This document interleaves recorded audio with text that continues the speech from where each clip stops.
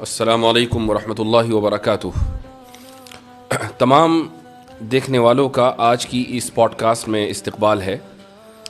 آج کا یہ دن بڑا تاریخی دن ہے۔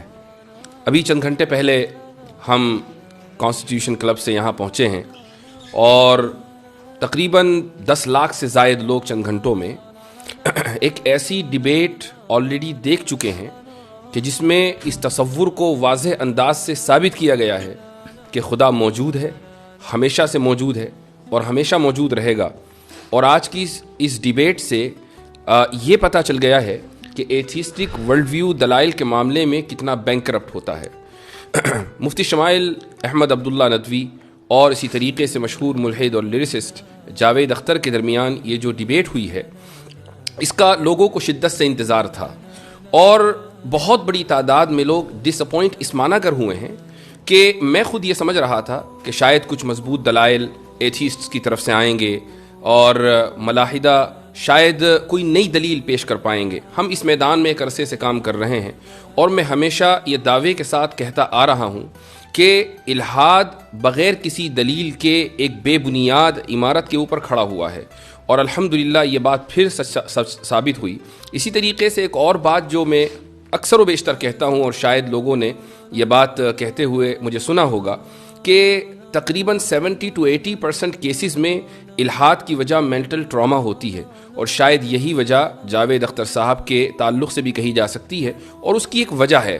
یہ کوئی انہوں نے ڈھکی چھپی بات نہیں کہی ہے، اس لیے اس کو ریویل کرنے میں کوئی حرج محسوس نہیں کرتا ہوں۔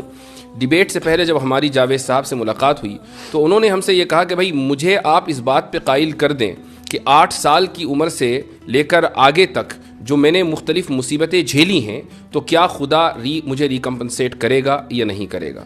اس سے یہ اندازہ ہوتا ہے کہ جو بچپن میں مینٹل ٹراما کا وہ شکار ہو گئے تھے تو یہی وجہ ہے کہ وہ اس کو جسٹیفائی نہیں کر پائے اور خدا کا انکار کر بیٹھے۔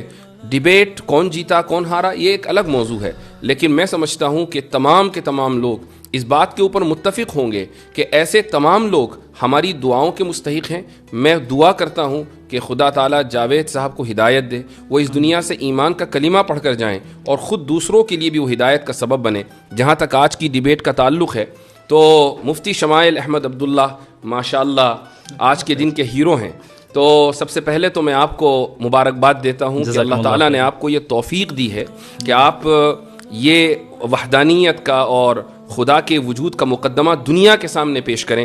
تو ایک بار پھر مبارکباد، اور اب آپ کچھ اپنے کلمات کا اضافہ کیجیے۔ جزاکم اللہ خیراً، اللہ تعالیٰ آپ کو جزائے خیر عطا فرمائے۔ میں آپ کا بھی شکریہ ادا کرتا ہوں، اور اس کے علاوہ ہمارے جتنے مسلمان ہیں بھائی بہن جنہوں نے ہمارے لیے دعائیں کی ہیں اور بڑا اہتمام کیا تھا اس ڈیبیٹ کے پہلے، تو بس اللہ کے فضل کے بعد آپ حضرات کی محنتوں اور توجہ اور دعاؤں کا ہی نتیجہ ہے کہ جو کچھ میں کہہ سکا۔ یہ بات آپ نے بالکل صحیح کہی کہ ہم نے ایکسپیکٹ نہیں کیا تھا کہ جناب جاوید اختر صاحب وہی باتیں کریں گے جو اکثر کرتے آئیں، بلکہ ہم نے یہ سوچا تھا کہ شاید کوئی اکیڈمک انداز میں ڈسکشن ہوگی، اور میں نے تو یہ ارادہ کیا ہوا تھا کہ کئی سارے آرگیومنٹس میں وہاں پہ پیش کروں گا، صرف آرگیومنٹ آف کنٹینجنسی نہیں، لیکن انہیں کنٹینجنسی ہی سمجھ میں نہیں آ رہی تھی تو اسے سمجھانے میں ہی جو ہے 2 گھنٹے گزر گئے۔ تو الحمدللہ بہرحال جو ہوا اللہ کا فضل رہا، اور اللہ کا فضل ہے کہ حق بات سامنے واضح آ گئی، اور اللہ سے دعا گو ہوں کہ اللہ انہیں بھی ہدایت دے۔ ماشاءاللہ اس ڈیبیٹ سے کئی ساری ایسی چیزیں ہیں یا نتائج ہیں کہ جن کو بڑا خوش آئند کہا جا سکتا ہے۔ مثلا ایک بات تو یہی کہ بڑے مضبوط انداز سے الحاد کے خلاف یہ مقدمہ قائم ہوا ہے۔ دوسرا جو اس کا بڑا پازیٹیو نتیجہ نکلا ہے وہ یہ کہ شاید ابھی تک لوگ یہ سمجھتے آ رہے تھے کہ یہ جو ٹی وی ڈیبیٹ کے اوپر پیڈ مولانا سو کالڈ مولانا جاتے ہیں جن کا کام سوائے چیخنے چلانے کی کچھ نہیں ہوتا، اور ان کو ٹی آر پی اس لیے چونکہ چینلوں کو ٹی آر پی چاہیے تو کچھ 5000 کا تھیلا ان کو پکڑا دیا جاتا ہے کہ تم چیخو بندروں کی طرح۔ تو یہ جو پرسیپشن ہے یہ ختم ہوا ہے، اور اس کو بہت پہلے ختم ہونا تھا، لیکن اس ڈیبیٹ نے تو ماشاءاللہ وہ کام کیا ہے کہ اس کا اندازہ لگانا مشکل ہے۔ جی بالکل صحیح فرمایا آپ نے۔ بالخصوص ہمارے جو اس وقت ملک کے حالات ہیں، ان حالات میں اس طرح 2 الگ الگ ورلڈ ویو کے لوگوں کا بیٹھ کر رسپیکٹفل انداز میں، اکیڈمک انداز میں ایک دوسرے کے ساتھ گفتگو کرنے کی کوشش کرنا، یہ میں سمجھتا ہوں یہ خود میں ایک مائل سٹون ہے، اور اس کے ذریعے سے انشاءاللہ آگے بھی راستے ہموار ہوں گے کہ ہم اگر ڈیفرنٹ ورلڈ ویو سے تعلق رکھنے والے ہیں تو وائلنس کی ضرورت نہیں ہے, بلکہ ساتھ میں بیٹھ جائیں, چائے پی لیں اور ساتھ میں ایک دوسرے کے ساتھ ڈسکس کر لیں. آپ کو سمجھ میں آئے تو قبول کریں, نہ سمجھ میں آئے تو نہ قبول کریں. یہ بہت اچھی ابتدا ہوئی ہے. ایک جرنلسٹ نے ڈیبیٹ کے بعد مجھ سے آ کر یہ پوچھا کہ یہ جو ڈیبیٹ ہوئی ہے اس کا آپ کیا فائدہ دیکھتے ہیں؟ تو میں نے اس سے یہ کہا کہ کم سے کم انڈیا میں یہ پیغام بڑی مضبوطی کے ساتھ گیا ہے کہ اکیڈمک ماحول میں ان سینسٹیو موضوعات کے اوپر گفتگو ہو سکتی ہے. تو اس نے بڑی شاکنگ بات کہی مجھ سے. اس نے کہا انڈیا کا کیا مطلب, ساری دنیا میں ایسا ہی ہے, ڈیبیٹ ان موضوعات پر ہوتی نہیں ہے. میں نے کہا نہیں, آپ غلط ہیں. یورپ میں, امریکہ میں, دنیا کے اکثر ممالک میں ان موضوعات کے اوپر ڈیبیٹس ہوتی ہیں, بڑے ہی اکیڈمک ماحول میں گفتگو ہوتی ہے, دونوں طرف سے دلائل آتے ہیں, اور الحمدللہ ہم حق کا جو مقدمہ ہے وہ بڑے واضح انداز سے پیش کرتے ہیں. ایک جرنلسٹ نے مجھ سے بھی کچھ اسی طرح کا سوال پوچھا تھا. اس نے کہا کہ باقی چیزوں کو چھوڑ کر ڈز گاڈ ایگزسٹ پر ہی کیوں بات ہوئی؟ تو ہم نے کہا کہ بھائی ہمارے نزدیک گاڈ کا ایگزسٹنس جو ہے وہ در حقیقت سب سے بڑا مسئلہ ہے, اور گاڈ پر ایمان لانا یہ سب سے بڑا مسئلہ ہے, چونکہ باقی ساری چیزیں سیکنڈری درجے کی چیز ہے. ہمارے لیے ہم اس دنیا میں آئے ہیں, ہماری زندگی کا پرپس جو ہے وہ اللہ کو راضی کرنا ہے, اللہ کی اطاعت کرنا ہے. تو یہ سوال دراصل اس بنیاد پر مبنی ہے کہ آپ اس چیز کو ایک سیکنڈری اور پرائیویٹ چیز سمجھ رہے ہیں, اور سمجھ رہے ہیں کہ اس کی کوئی خاص اہمیت نہیں ہے, آپ کو صرف مادی اور مٹیریلسٹک جو ہے ترقی کرنی ہے. یہی ورلڈ ویو دراصل جو ہے مغربی دنیا نے دیا ہے کہ کس طریقے سے لوگوں کو مٹیریلزم میں مبتلا کر دیا جائے. اور الحمدللہ اللہ نے چاہا تو یہ ایک بہت بڑا سبب بنے گا کہ لوگوں کو حق ان تک پہنچے اور سمجھیں کہ ہم اس دنیا میں کیوں آئے ہیں اور ہماری زندگی کا اصل مقصد کیا ہے. ضرور, ماشاء اللہ. اچھا, ڈیبیٹ میں کچھ ٹاپکس ڈسکس ہوئے, اور ویسے تو آپ نے ماشاء اللہ وافی شافی جواب دیا وہاں پر, اور میں سمجھتا ہوں کہ جو شخص بھی اس 2 گھنٹے کی ڈیبیٹ کو دیکھے گا تو جن موضوعات کا احاطہ کیا گیا ہے ان موضوعات کے اوپر اس کو اچھی معلومات فراہم ہوگی. لیکن چند باتیں ہیں جن کو ٹائم کی لمیٹیشن کی وجہ سے, اور جو اس وقت جو وائب رہتی ہے اس میں آپ کو 5 باتیں کہنی ہیں, ٹائم کم ہے, اس میں سے 2 باتیں آپ نے کہہ دی اور 3 باتیں رہ گئی, تو اس لیے پوسٹ ڈیبیٹ انالیسس کا یہ فائدہ ہوتا ہے کہ جو بات رہ جائے اس کو بعد میں ذکر کر دیا جائے. جاوید صاحب نے ایک بات کہی, اور وہ یہ کہ مذاہب کی تاریخ چند ہزار سال سے زیادہ نہیں ہے, یعنی وہ 7-8 ہزار سال, اور انسان اس سے پہلے کا ہے. اور یہ جو مذاہب شروع کیے ہیں یہ تعلیم یافتہ لوگوں نے کیے ہیں, لیکن ساتھ میں انہوں نے جو اس کا ایک چیز ایڈ کی ہے وہ یہ کہ مذہب ایک عرصے تک رہا اور اس کے بعد وہ ختم ہو گیا, پھر دوسرا مذہب آیا, پھر تیسرا مذہب آیا. اس سے یہ پتہ چلتا ہے کہ خدا فانی ہے. جی اصل میں ان کی پوری توجہ ٹاپک سے ہٹ کے ریلیجن, چونکہ اکثر وہ ریلیجنس پر ہی بات کرتے آئے, اور مجھے لگتا ہے کہ گاڈ کے ایگزسٹنس پہ شاید ان کی پہلی ڈیبیٹ ہے, مجھے نہیں نظر آئی. تو وہ گاڈ کے ایگزسٹنس سے ڈائریکٹ خدا تک یعنی اصلی بندے سے پہلی ڈیبیٹ ہے. جی, اصلی بندے سے پہلی ڈیبیٹ ہے. جی جی, یہ بہت اہم پوائنٹ ہے. اس کی وجہ یہ ہے کہ یہ جشن ریختہ تو تھا نہیں کہ اس میں مثلا کوئی صحافی خاتون یا کوئی بیٹھ گیا اور اس نے کبھی غالب کا شعر پڑھ دیا اور انہوں نے 5 اشعار کا اضافہ کر دیا, اور پھر مستر کے کچھ اشعار حالت اس طرح شاید وہ یہی سوچ کر آئے تھے, وہ یہ سوچ کر آئے تھے کہ بھئی میں کچھ بھی پھینک دوں گا یا کچھ بھی کہہ دوں گا. تو اس طرح نہیں ہوا کرتا, اور یہ ایک good lesson has been learned. جتنا صرف ان کے ذریعے بلکہ جتنے بھی لوگ تھے کہ جو الہاد کی طرف سے پیش ہوئے تھے آڈینس میں, ان کو بھی یہ پتہ چل گیا کہ اہل مذہب کے پاس جو مقدمہ ہے بہت اسٹرانگ وہ بہت اسٹرانگ ہے. اور یہ صرف انہی کا نہیں بلکہ پورے ایتھیسٹک ورلڈ ویو کا یہ ایک طریقہ رہتا ہے کہ وہ یہ پریٹینڈ کرتے ہیں کہ ایتھیزم ڈیفالٹ پوزیشن ہے. جی ہاں, جبکہ ایسا نہیں ہے. اگر ہم تاریخ میں دیکھیں تو جو بہت سب سے پہلا جو ملتا ہے ایتھیسٹ یا ایتھیسٹک فلسفی جو ملتی ہے, اگر ہم ہندوستان سے ہی لیں تو تقریباً وہ میرے خیال سے 500 سے 600 بیفور کامن ایرا ہے. اور اس سے پہلے بھی مذاہب کے ہمارے پاس یعنی ٹیسٹیمنیز موجود ہیں, آثار ظاہر ہوئے ہیں, اور پتہ چلا ہے کہ ان سویلائزیشنز کے ہاں اس سے پہلے سے خدا کا تصور موجود تھا. بلکہ ہر مذہب میں اگر خدا کا تصور ہے, صحیح یا غلط اس سے قطع نظر, تو اس کا مطلب تو یہ ہوا کہ جب سے مذاہب ہیں تب سے انسانیت اس بات کے اوپر متفق ہے کہ خدا ہے. خدا کی تشریح میں تو اختلاف ہوا, بالکل, تو یہ تو یونیورسل ٹروتھ ہوا. صحیح. اور جہاں تک ان کا یہ کہنا ہے کہ مذاہب آئے اور چلے گئے, خدا فانی ہو گیا, تو وہ مذہب غلط تھا اس لیے فنا ہو گیا. اس کا خدا کہاں فانی ہوا, خدا تو باقی ہے, صحیح مذہب آج بھی باقی ہے. ہر مذہب فیت مانگتا ہے. یہ تو ایسے سردرد والی چیز ہے, پتہ نہیں یہ اس کھول میں مبتلا ہیں, اس سے کیوں نہیں باہر آ رہے ہیں. اصل میں ریچرڈ ڈاکنز نے یہ ذکر کیا ہے کہ فیتھ اور بلیف میں فرق ہے. فیتھ وہ ہے جو ارریشنل ہو اور اس کے پیچھے ایویڈنس نہ ہو, اور بلیف یہ ہے جو ایویڈنس بیسڈ ہو, ریشنل ہو, اور خود آپ ایکسپیرینس کر سکتے ہو. تو وہ ان کا اپنا ہے بھی نہیں, انہوں نے وہاں سے لیا اور اس پہ ان کو پورا فیتھ ہے. جی ہاں, اس پہ وہ غور نہیں کر رہے ہیں کہ صحیح ہے کہ نہیں ہے. جی ہاں. تو وہ ہمیشہ سے ہر ڈیبیٹ میں یہی کہتے ہیں, اسی لیے میں نے ان کو واضح کیا کہ بھائی فیتھ صحیح بھی ہو سکتا ہے, غلط بھی ہو سکتا ہے. آپ جو ڈیفینیشن فیتھ کی بیان کر رہے ہیں وہ بلائنڈ فیتھ ہے, اس کو تو ہم بھی نہیں مانتے ہیں. دو باتیں انہوں نے اور کہی ہیں. جی.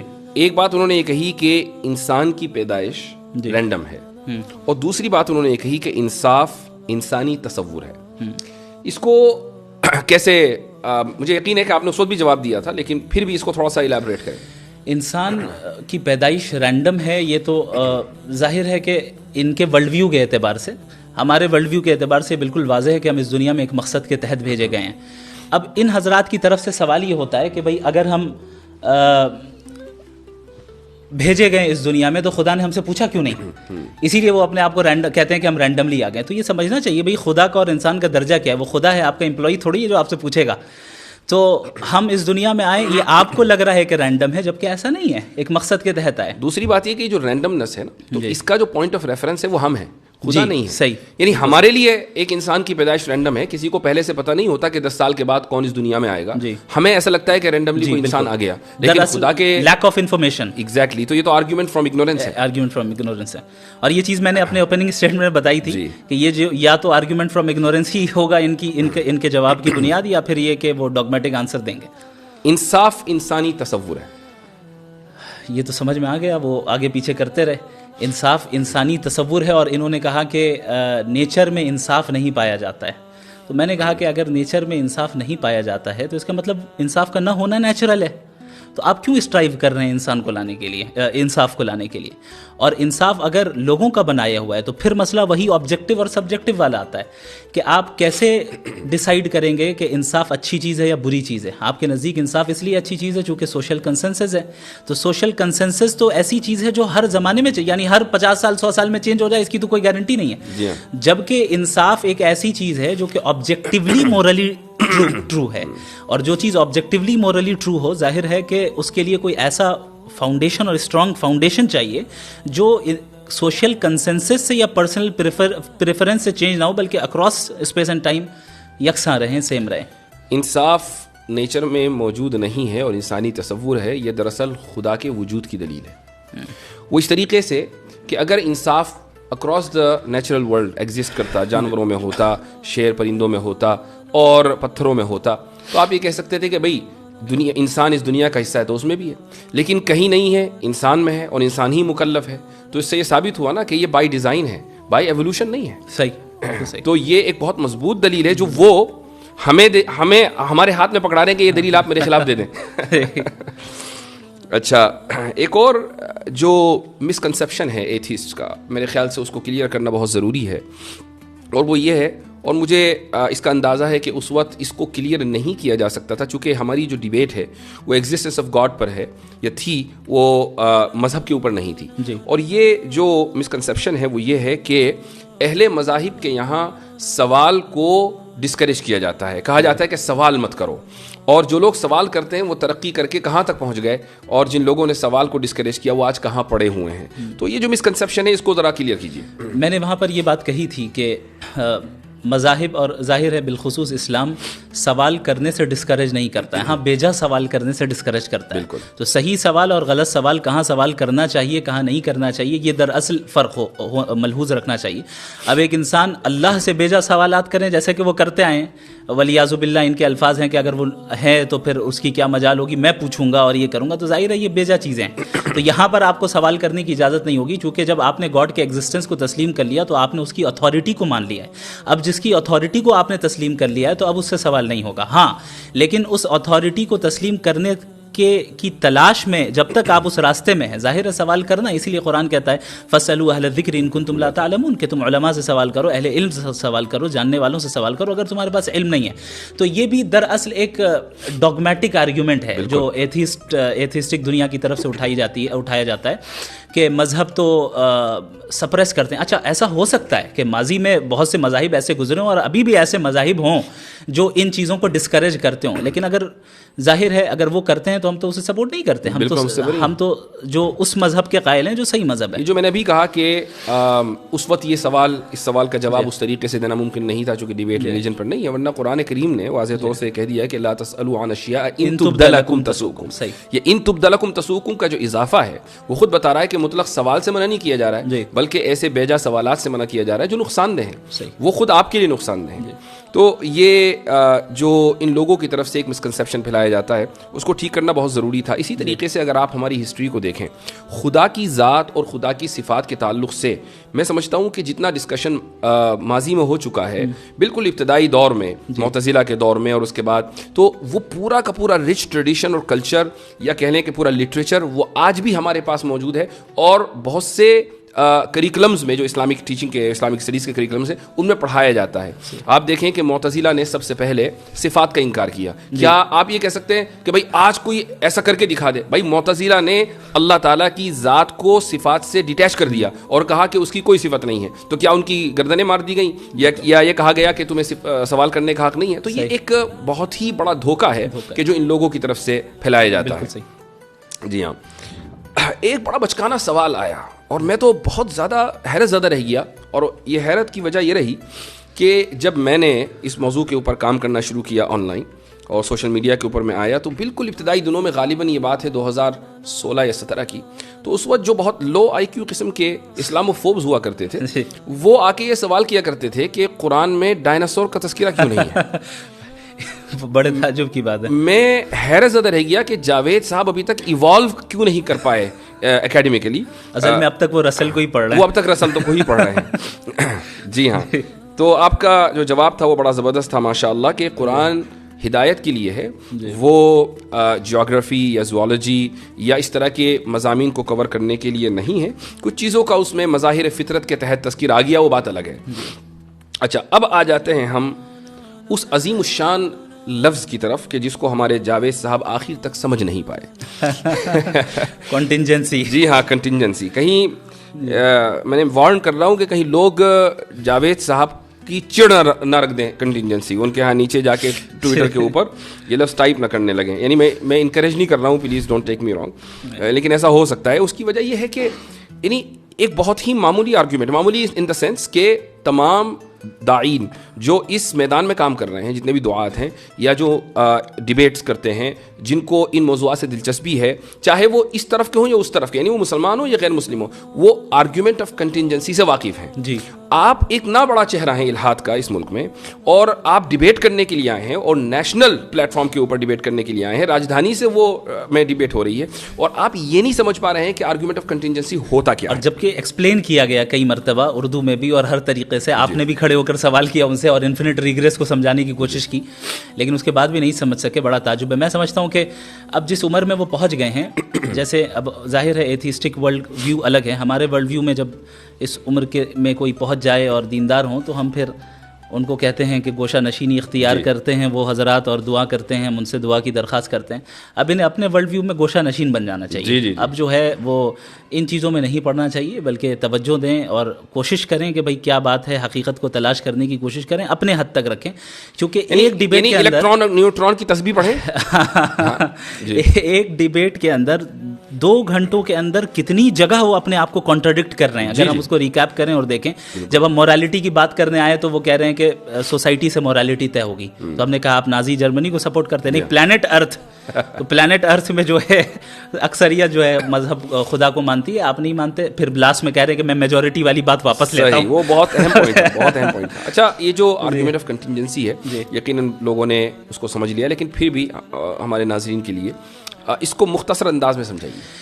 دیکھیں, اس کائنات کی ہر چیز کنٹینجنٹ ہے. اس کا مطلب یہ ہوتا ہے کہ یہ ایگزسٹ کر بھی سکتی تھی اور نہیں بھی کر سکتی تھی, یعنی اس کا ایگزسٹ کرنا کوئی نیسیسری چیز نہیں تھی. اور اگر ایگزسٹ کرتی تو ڈفرینٹ لاز کے ذریعے بھی کر سکتی تھی. یعنی ابھی جو لاز آف نیچر چل رہے ہیں, ہو سکتا ہے کوئی اور لا آف نیچر ہو. علم کلام کے طلباء کے لیے اضافہ کر دوں, اسی کو ممکن الوجود کہا جاتا ہے. ممکن الوجود. جی, تو جو ممکن الوجود ہوگا, جو کنٹینجنٹ ہوگا, وہ ظاہر ہے کسی اور کے اوپر ڈیپینڈڈ ہوگا اپنے ایگزسٹنس میں. تو اب وہ کس کے اوپر ڈیپینڈنٹ ہے, ہم یہ دیکھیں گے کہ بھائی کیا وہ چیز بھی کنٹینجنٹ ہے, ممکن الوجود ہے. اچھا, اور یہاں پر بھی اس کا اضافہ ضروری ہے. لوگ کہیں گے کیوں ہوگا؟ اس کی وجہ یہ ہے کہ جب ایک چیز کا وجود اور عدم دونوں برابر ہیں, یہ ترازو کے دو پلڑے ہیں, تو کسی ایک پلڑے کو بھاری ہونے کے لیے اس میں وزن ڈالنا ضروری ہے. یہ وزن ہے ارادے کا. تو کسی نہ تو ارادہ کیا ہوگا نا, کہ جس نے عدم پر وجود کو ترجیح دی ہوگی, اس لیے کنٹینجنسی ہے. جی آگے بولیے. تو یہاں سے عقلی طور پہ لاجیکلی ہم اس نیسیسری بینگ تک پہنچتے ہیں جو واجب الوجود ہے, یعنی جس کا ایگزسٹ نہ کرنا ناممکن ہے. چونکہ اگر وہ ایگزسٹ نہ کرے تو ظاہر ہے یہ ساری چیزیں وجود میں نہیں آ سکتی. اور اس واجب الوجود ذات کا انڈیپینڈنٹ ہونا, ایٹرنل ہونا, نالجبل ہونا, سیلف سفیشینٹ ہونا اور ایک ہونا یہ زیادہ یہ بالکل ضروری ہے. تو یہ جب باتیں میں نے کہی تو لاسٹ میں یہ کہہ رہے ہیں کہ ان کے نزدیک تو عقل سے ہم خدا کو جان ہی نہیں سکتے. یعنی یہ کانٹرڈکشن ہے. یعنی پورا آرگیومنٹ اس پہ تھا کہ عقل کے ذریعے ہم خدا کے ایگزسٹنس کو کیسے جانیں, اور آپ وہ نہیں سمجھ پا رہے ہیں, اور اخیر میں کہہ رہے ہیں آپ تو کہہ رہے ہیں کہ عقل سے ہم سمجھ نہیں سکتے. تو میرے خیال سے یہ ان کی عمر کا تقاضا تھا. اور اسی طریقے سے وہ انفینٹ ریگریس اور تسلسل کو بھی نہیں سمجھ پائے. بلکہ حیرت ناک بات یہ کہ جب میں نے ان سے سوال کیا کہ آپ اس کو درست سمجھتے نہیں, تو انہوں نے کہا میں درست سمجھتا ہوں. میرے خیال سے وہ سمجھ ہی نہیں پائے انفینٹ ریگریس کیا ہے, اس لیے انہوں نے کہہ دیا. اور آپ نے بڑی اچھی مثال دی کہ کئی سارے شعراء ایک ساتھ پوئٹس کھڑے ہوں, اور مان لے جاوید اختر صاحب سب سے آگے ہوں, اور وہ کہیں کہ میں اس وقت تک پوئٹری نہیں لکھوں گا جب تک پیچھے والا نہ لکھے, اور وہ کہے کہ میں نہیں لکھوں گا جب تک پیچھے والا نہ کہے.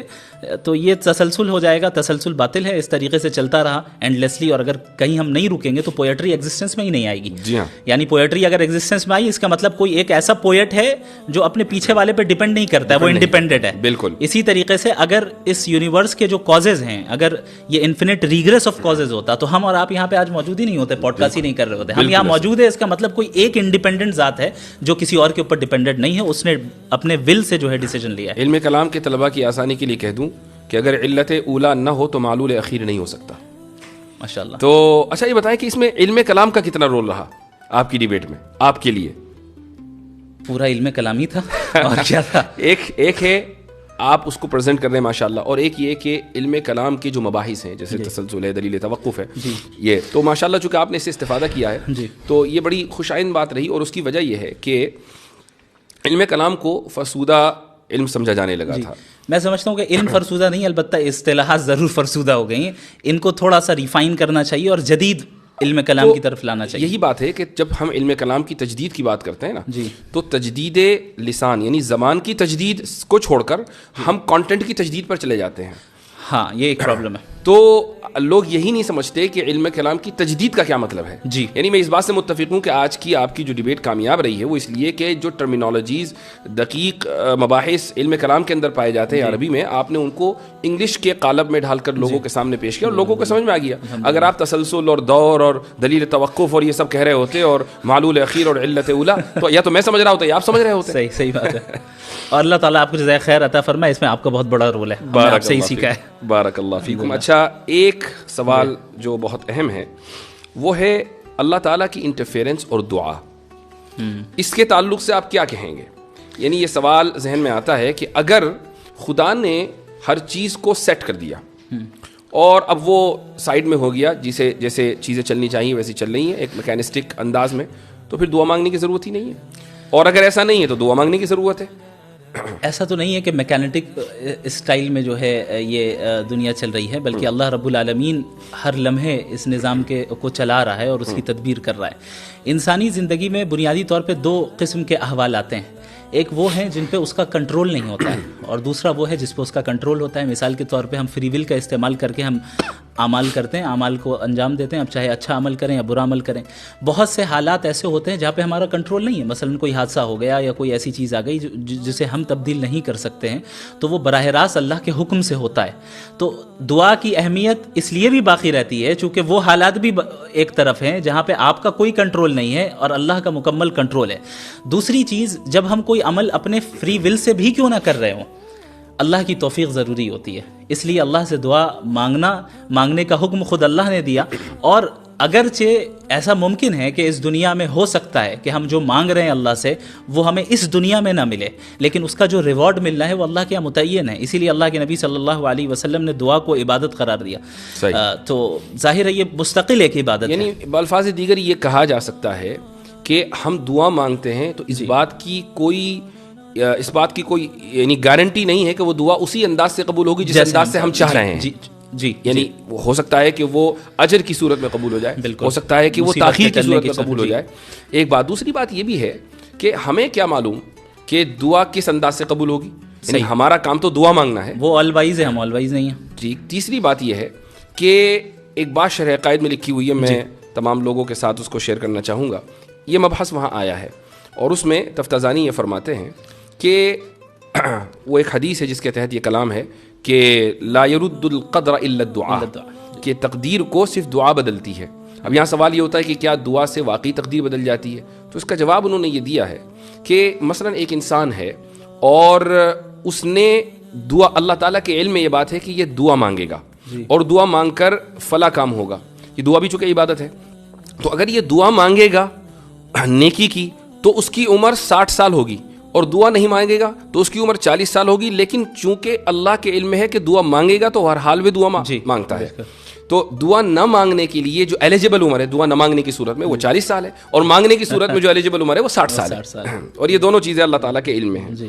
تو وہ یہ ساری چیزیں یعنی اس سے جو میں نے اضافہ کیا ہے بتانے کا مقصد یہ ہے کہ یہ جو مباحث آج کانسٹیٹیوشن کلب میں ڈسکس ہو رہے تھے یہ تو تفتازانی نے 1000 سال پہلے لکھ دیے نا. بات یہ ہے کہ ہمارے جو طلباء ہیں, اساتذہ ہیں, میں ان کی توجہ اکثر و بیشتر اس طرف مبذول کراتا ہوں کہ آپ کے پاس ایک مضبوط علمی روایت ہے, اس مضبوط علمی روایت کو صرف پیش کرنے کا سلیقہ چاہیے, بالکل اس کے علاوہ اور کچھ نہیں. ایک اور لاسٹ پوائنٹ میں ذکر کروں گا اور اس کے بعد انشاءاللہ اپنی گفتگو کا اختتام کرتے ہیں. ملحدوں سے ایک سوال ضرور کیا جانا چاہیے کہ بھائی یہ کیا وجہ ہے کہ انسان ہی کے اندر اتنا شعور آیا ہے کہ وہ if then یعنی if A then B کا سوال کرتا ہے. یہ سوال گھوڑا, گدھا, بکرا یہ سب کیوں نہیں کرتے؟ جبکہ ڈاروینین ایوولوشن کے قائل ہیں, ڈاروینین ایوولوشن کے قائل ہیں, سب کا ایوولوشن ہوا ہے. تو کہیں گے نہیں, اصل میں وہ انسان کے اندر جو نیورونز ہیں, نیورو سیلز ہیں, وہ زیادہ ہیں. تو اگر یہ دیکھا جائے تو بھئی ہاتھی کے اندر زیادہ ہیں. وہ کہیں گے نہیں, اصل میں فرنٹل لوب میں جو نیورو سیلز ہیں نا وہ زیادہ ہیں. تو ٹھیک ہے, یہ آپ نے کیسے کا جواب دیا نا, آپ نے کہا اس لیے شعور ہے کہ اس کے فرنٹل لوب میں نیورو سیل زیادہ ہیں. میں پوچھتا ہوں کہ کیوں زیادہ ہیں؟ کیوں کا جواب سائنس کبھی نہیں دے سکتی, وہ میکینزم کو ہی بتاتی ہے. جی ہاں. تو چلیں مفتی صاحب, بہت اچھا لگا. ایک چیز اور ہے جس کا ذکر میں کروں گا جو نظر آیا کہ, اور صرف انہی کے ساتھ نہیں اور بھی جو دیگر ایتھیسٹ ہیں, وہ یہ ہے کہ جب ان کے پاس کوئی لاجیکل آرگیومنٹ نہیں ہوتا ہے فوراً ایموشنل آرگیومنٹ پہ آ جاتے ہیں. آپ نے دیکھا کہ کیسے غزہ کے مسئلے کو انہوں نے پوائنٹ ذکر کرنا بہت ضروری تھا. جی ہاں. تو پوری ڈیبیٹ میں ان کے پاس کوئی جواب نہیں رہا. اب وہ ایموشنلی جو ہے لوگوں کو ٹریگر کرنے کی کوشش کرنے لگے کہ بھئی غزہ میں اتنا قتل ہو رہا ہے اور یہ ہو رہا ہے اور وہ ہو رہا ہے. میں نے ان سے یہ سوال کیا کہ بھئی اگر بالفرض مان لیں کہ اس یعنی خدا نہیں ہے, تو آپ بتائیے کہ پھر اس کے ظلم کا اور ان کی سفرنگ کا کیا ہوگا, اور آپ کیسے ایول کو ڈیفائن کرتے ہیں؟ اب وہاں جا کے ان کے پاس کوئی ڈھنگ کا جواب نہیں رہا, چونکہ آبجیکٹیولی ایول کا موجود ہونا بھی در حقیقت خدا کے ہونے کی دلیل ہے. باقی ہمارے ورلڈ ویو کے اعتبار سے ہم اس دنیا میں ٹیسٹ کے لیے آئے ہیں, ہمارا امتحان ہو رہا ہے, ہماری آزمائش ہو رہی ہے. کیا صحابہ کرام نے قربانیاں نہیں دیں؟ جس طرح آج غزہ کے مسلمان قربانی دے رہے ہیں, صحابہ نے بھی دی, اور تاریخ اسلامی میں سب نے دی. اور الحمدللہ ابھی بھی جو غزہ میں شہید ہو رہے ہیں وہ دین سے دور نہیں ہو رہے اور دین سے قریب ہوتے چلے جا رہے ہیں. صحیح بات ہے. جی اچھا, یہ لوگ یہ سمجھ رہے ہیں, بہت سے لوگ یعنی ملحدین میں سے, کہ بھئی آپ نے غزہ کی جو جینوسائیڈ ہے اس کو جسٹیفائی کر دیا. یہ اصل میں ان کا اسے کہتے ہیں اسٹرامین فیلیسی. جی. کہ جہاں where you must represent your opponent. جی ہاں, آپ اپنے سامنے والے کو مس ریپریزنٹ کرتے ہیں. بھائی ہم سے زیادہ اور کون امپیتھی رکھے گا غزہ والوں سے؟ آپ تو ایک ملحد ہیں, ایک ہی ایتھیسٹ ہیں, آپ کے پاس تو مورالیٹی کی کوئی بنیاد ہی نہیں ہے, آپ تھوڑی رکھیں گے. یعنی ان کا جو پورا آرگیومنٹ ہے غزہ کے تعلق سے وہ اس مفروضے کے اوپر مبنی ہے کہ چونکہ اللہ تعالیٰ قادر مطلق ہے, پوائنٹ اے. پوائنٹ بی, چونکہ آپ دعا مانگ سکتے ہیں. پوائنٹ سی, تو آپ دعا مانگ کے رکوا دیں. یہ کیوں نہیں کروا رہے ہیں؟ یہ تو سمجھ رہے ہیں کہ آٹومیٹک جیسے بٹن کو دباتے ہیں ویسے ریموٹ کی طرح اللہ کام کرے, ولیعوذ باللہ تعالی. پوائنٹ اے قادر مطلق ہے, اس میں کوئی شک نہیں ہے. پوائنٹ بی ہم دعا مانگتے ہیں, اس میں کوئی شک نہیں ہے. لیکن پوائنٹ سی کہ ہم دعا مانگ کر کام کروا دیں, ان دو شروع کے مقدمات اور تیسرے مقدمے میں کوئی تلازم نہیں ہے. صحیح. اللہ اس وقت کرے گا جب وہ جانتا ہے کہ بہتر ہو, اور جب وہ کرنا چاہے گا ہمارے اعتبار سے نہیں کرے گا. بالکل. ماشاء اللہ. ایک مرتبہ پھر آپ کے توسط سے پوری امت کو مبارکباد. جزاکم اور اللہ یہ خیر. ایک بہت بڑا دن ہے اور بہت بڑا ایونٹ ہے. الحمدللہ. اور الاسلام یعلو ولا یعلی علیہ وقل جاء الحق وزهق الباطل ان الباطل كان زهوقا. جزاکم اللہ خیر بارک الجزاء. اللہ فیکم. بل نقذف بالحق على الباطل فیدمغه فإذا